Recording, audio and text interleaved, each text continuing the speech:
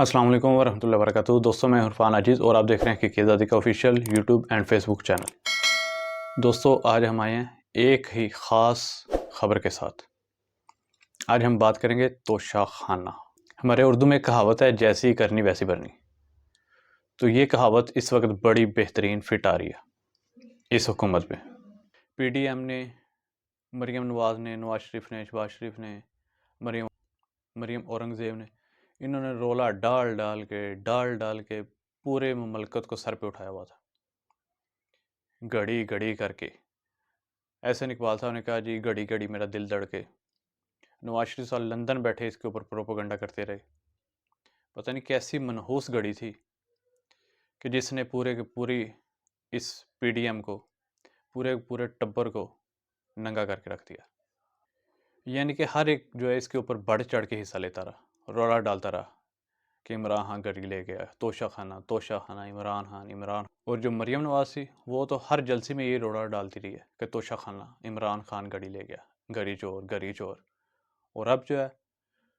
اس کے اپنے pine apple نکل آئے ہیں کہ توشہ خانہ سے وہ پائن ایپل کے ڈبے لے کے گئی ہیں جو کہ ہر گلی بازار سے مل جاتے ہیں۔ اور اب جو ہے پائن ایپل کے ڈبے نکلے ہیں، یعنی پوری پی ڈی ایم نے توشہ خانہ گھڑی چور کو سر پہ اٹھا رکھا تھا کہ عمران خان گھڑی چور۔ اور اب جو ہے پوری کی پوری پی ڈی ایم اس کو اس توشہ خانہ جو ریکارڈ آیا ہے اس نے ننگا کر کے رکھ دیا۔ اور پورا جو میڈیا تھا، بکاؤ میڈیا، انہوں نے گھڑی گھڑی کر کے اپنے گھنگرو توڑ دیے تھے۔ اور اب جب یہ ریکارڈ سامنے آیا تو سب کی بولتی بند ہے، سارے ہی منظر سے غائب ہو چکے ہیں۔ اور اب یہ جو توشہ خانہ کا ریکارڈ پبلک ہوا ہے عدالت کے حکم سے، اس کا سب سے پہلے جو کریڈٹ جاتا ہے وہ ارشد شریف شہید کو جاتا ہے، کیونکہ وہی پہلا بندہ تھا جس نے سب سے پہلے کہا تھا کہ اس کو ریکارڈ کو پبلک کیا جائے۔ توشہ خانہ کے ریکارڈ جو 1947 سے لے کے آج تک کا ریکارڈ ہے اس کو پبلک کیا جائے۔ ویسے تو اور بھی کئی بندوں نے کہا، لیکن اس نے جو ایک خاص بات کی، اس نے کہا کہ اس میں سارے کا سارا ریکارڈ، یعنی کہ چاہے وہ ججز ہیں، چاہے وہ جرنیل ہیں، چاہے وہ بیوروکریٹس ہیں، یعنی کہ صرف جو سیاستدان ہیں ان کا ریکارڈ اور دیگر جو لوگ ہیں ان کا ریکارڈ پبلک کرنے سے کچھ نہیں ہوگا۔ جب سب کا ریکارڈ پبلک کیا جائے گا، ججز کا، جرنیلوں کا، بیوروکریٹس کا، تو پھر ہی ہر چیز سامنے آئے گی، کھل کے سامنے آئے گی، ہر ایک چہرہ بے نقاب ہوگا۔ ابھی پہلے مرحلے میں ایک ادھورا ریکارڈ سامنے آیا، یعنی کہ 2002 سے لے کے 2030 تک کا، اور اس میں سے بھی کچھ چیزیں غائب ہیں۔ یعنی کہ یہ مبینہ طور پہ ریکارڈ سامنے آیا جس پر ابھی دوبارہ سے جج صاحب نے آرڈر کیا ہے کہ پورے کا پورا مکمل ریکارڈ جو ہے وہ آج ہی کے دن دوبارہ سے پیش کیا جائے۔ دیکھیں اب کیا ہوتا ہے، آج کے دن پیش ہوتا ہے یا نہیں ہوتا۔ لیکن جو ریکارڈ آیا ہے اس میں کچھ پردہ نشینوں کا جو ریکارڈ ہے وہ چھپایا گیا ہے تاکہ کل کو پریشانی نہ ہو۔ تو یہ جو ریکارڈ ہے اس میں سب کے سب ننگے نکلے ہیں۔ کچھ جرنیلوں کا بھی ریکارڈ ہے، امید ہے کہ کل کو ججز کا، جرنیلوں کا اور بیوروکریٹس کا ریکارڈ بھی وہ بھی سامنے آ جائے گا۔ اصل بات تب سامنے آئے گی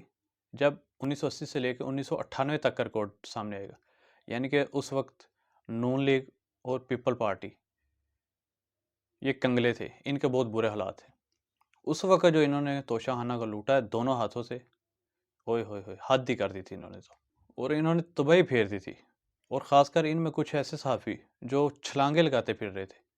وہ بھی گھڑیاں لے کے نکلے ہیں۔ ان کا جو توشہ خانہ کا ریکارڈ ہے اس میں ان کا بھی نام ہے کہ وہ بھی گھڑیاں لے کے گئے ہیں۔ یعنی کہ وہ صحافی جو سارا دن پی ڈی ایم کے ساتھ مل کے رولا ڈالتے تھے، عمران چور، عمران گھڑی چور، عمران توشہ خانہ، یہ وہ، اور بعد میں ان کے اپنے ریکارڈ سے گھڑیاں نکلی ہیں۔ جتنے لوگ اچھلتے تھے، کودتے تھے، رولا ڈالتے تھے، رولا ڈال کے آسمان سر پہ اٹھاتے تھے کہ گھڑی چور، گھڑی لے لی، یہ کر لی، وہ کر لی، ان کی اپنی گھڑیاں نکل آئی ہیں۔ خواجہ سعد رفیق اور ان کی اپنی فیملی کی 7 گھڑیاں نکلی ہیں، 7۔ اور جو مریم اورنگزیب ہے جو سب سے زیادہ رولا ڈالتی تھی، 1 گھڑی اس نے لی اور 2 گھڑیاں اس کی والدہ نے لی۔ خواجہ سعد رفیق جو ہے وہ 7 گھڑیوں کے ساتھ 2 بیڈ شیٹیں اور ایک ڈیکوریشن پیس بھی لے کے گیا، یعنی کہ بیڈ شیٹوں کے اندر چیزیں چھپا کے لیتے جاتے رہے۔ اس کے بعد جو کارپٹ کے ریکارڈ نکلے ہیں، 400 کا کارپٹ، 500 کا کارپٹ، 1100 کا کارپٹ، 4000 کا، 5000 کا کارپٹ، یعنی کہ یہ وہ والے کارپٹ نہیں ہیں جو ہم عام بازار میں دیکھتے ہیں جو مشینوں پہ بنے ہوتے ہیں، 4-5 ہزار کا بتاتے ہیں، 2-3 ہزار کا مل جاتا ہے۔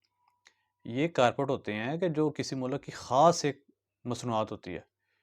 یہ مشینوں والے بنے ہوئے نہیں ہوتے، یہ خاص طور پر ہاتھوں پہ بنے ہوئے ہوتے ہیں،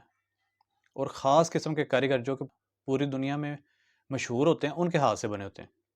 اور ان کی قیمت لاکھوں کروڑوں میں ہوتی ہے، اور ان لوگوں نے ان کی قیمتیں ہزاروں میں لگوا کے تو سینکڑوں کے حساب سے لے گئے ہیں۔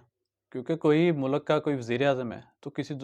دوسرے ملک سے ایک وزیر اعظم ہے تو اس کو 5,000 والا، لاکھ والا، 2 لاکھ والا کارپٹ تو تھوڑا ہی دے گا۔ تو یہ بڑے خاص، بڑے انٹیک قسم کے کارپٹ ہوتے ہیں جو تحفے میں دیے جاتے ہیں، اور ان لوگوں نے 5-5 روپے میں، 10-10 روپے میں لے لیا، 50 روپے کا کارپٹ لے لیا۔ وہ ابھی وہ سہاگ ڈار صاحب نے تو لوٹ مچائی ہوئی ہے، اور مریم نواز صاحبہ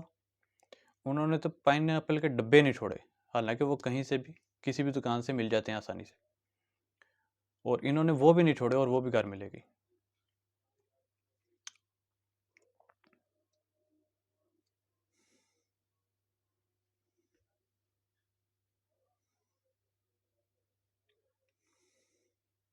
ابھی یہ جو ریکارڈ سامنے آئی یہ مکمل نہیں ہے، اس میں بہت سی چیزیں ان کو مخفی رکھا گیا، اور اگر جو چھپایا گیا ریکارڈ وہ بھی سامنے آ جاتا ہے تو پھر کچھ لوگ اپنا منہ دکھانے کے قابل نہیں رہیں گے، اپنی شکلیں چھپاتے پھریں گے۔ اور انہوں نے سب سے زیادہ رولا ڈالا تھا عمران گڑھی چور، عمران گڑھی لے گیا، عمران توشہ خانہ گڑھی لے گیا، اور اب کوئی بھی ایسا سیاستدان نہیں نکلا جو گڑھی نہ لے کے گیا ہو۔ لیکن ایک سوال آپ سب کے سامنے رکھنا چاہتا ہوں کہ عمران خان سب سے مہنگی گڑھی لے کے گیا، تو یہاں پہ دو باتیں ہیں،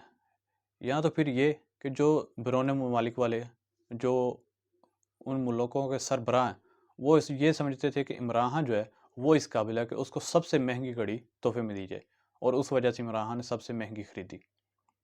یا پھر دوسری یہ بات ہے کہ انہوں نے سب کو ہی مہنگی گھڑیاں دی ہیں، لیکن ان میں سے ایک عمران خان ہی ہے جس نے صحیح مارکیٹ کے قیمت کے مطابق اس گھڑی کی ویلیو لگوا کے اس کو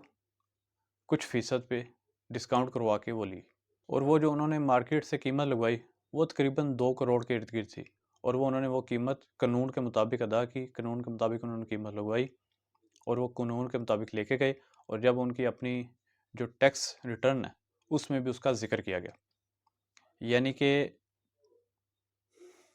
جب ان سے پوچھا گیا کہ آپ نے گھڑی جو ہے وہ اس کی قیمت لگوائی تھی مارکیٹ سے، انہوں نے کہا لگوائی تھی، پھر ان سے کہا گیا کہ آپ نے وہ قیمت ادا کی، انہوں نے کہا کی، پھر ان سے پوچھا گیا کہ آپ نے وہ اپنی ٹیکس ریٹرن میں وہ ظاہر کی، انہوں نے کہا کہ بالکل کی، اور اسی کو ہی انہوں نے مد نظر رکھتے ہوئے الیکشن کمیشن نے عمران خان صاحب کو نااہل کرنا چاہتا ہے۔ یعنی کہ جو دوسرے سیاستدان ہیں وہ 4%، 5% پہ چیزیں لیتے رہے ہیں، یعنی کہ قیمت جو ان کی اصل قیمت تھی اس سے بہت کم قیمت شو کرتے تھے مارکیٹ کی، اور اس کے اوپر بھی 4% یا 5% ادا کر کے وہ چیزیں لے جاتے تھے۔ حالانکہ قانون جو ہے توشہ خانہ کا جو قانون ہے اس میں یہ ہے کہ 20% سے کم پہ آپ چیز نہیں لے سکتے، اور ان لوگوں نے 4%، 5% اور کچھ جو چھوٹی چیزیں تھی وہ تو مفت میں لے گئے ہیں جولیاں بھر بھر کے۔ محسن نقوی صاحب ان کا ریکارڈ جو ہے وہ بھی تیار ہونے کو ہے، یعنی کہ ابھی تک انہوں نے کوئی بیرونی دورہ نہیں کیا، ان کو کوئی تحفہ نہیں ملا، لیکن ان کا بھی جو ہے وہ ریکارڈ وہ بن رہا ہے، یعنی کہ ابھی وہ پینڈنگ ہے، جلدی وہ بھی سامنے آ جائے گا۔ ابھی وہ سوچ رہے ہیں کہ یہ لینی ہے، اتنے کی لینی ہے یا نہیں لینی۔ اور جو شہباز شریف صاحب اور صدر مملکت صاحب ہیں انہوں نے بھی جو چیزیں خریدی ہیں وہ بھی سامنے آ چکی ہیں۔ اور توشہ خانہ کا ایک قانون ہے کہ اگر کوئی گاڑی کسی ملک سے تحفے میں ملتی ہے تو وہ آپ نہیں لے سکتے، لیکن نواز شریف صاحب، مریم صاحبہ انہوں نے اس کے مخالف ہی سب کچھ کیا، ان کی بات ہی سب سے الگ ہے، وہ جتنی بھی گاڑیاں ملتی رہی ہیں وہ ساتھ ہی لے کے جاتے رہے، اور زرداری نے تو دونوں ہاتھوں سے لوٹا ہے اس توشہ خانہ کا، یعنی کہ انتہائی کم قیمت ادا کر کے وہ چیزیں لیتے رہے ہیں۔ اس کے علاوہ جتنے بھی سیاستدان گزرے ہیں، یوسف رضا گیلانی صاحب ان کے بیٹوں کو سن لیں تو ان سے بڑا کوئی غریب نہیں ہوگا، لیکن اگر ان کو دیکھا جائے تو انہوں نے بھی دونوں ہاتھوں سے توشہ خانہ کو لوٹا ہے، ایسی ایسی نایاب چیزیں ایسی ایسی کم قیمت پہ لے کے گئے ہیں کہ حد ہے، تو ایسے لوڈ مچائی ہوئی تھی جیسے ان کے باپ کا مال ہے سارے کا سارا۔ امید ہے کہ جیسے ہی باقی کا ریکارڈ سامنے آئے گا تو سارے کے سارے ننگے ہو کے سامنے آ جائیں گے، سب کا پتہ چل جائے گا کہ کس نے اس ملک کے ساتھ کیا کیا کیا، کون اس ملک کے ساتھ کتنا مخلص تھا، یا کون اس ملک کو کس طرح سے کنگلا کرتا رہا۔ اور دوسری طرف دیکھا جائے تو کل عمران صاحب کی ریلی کو روکنے کے لیے رینجرز کو بلا لیا گیا تھا، تعینات کر دیا گیا تھا، اور کل ان کے گھر کے باہر اتنے لوگ تھے، اتنے کارکن تھے کہ جس کو واقعی میں کوئی ریلی کہا جاتا ہے، اور آج دوبارہ سے ریلی کا اعلان ہے، اور آج پی ٹی آئی والے اور سب لوگ دیکھیں گے کہ واقعی لاہور میں کوئی ریلی نکلی ہے۔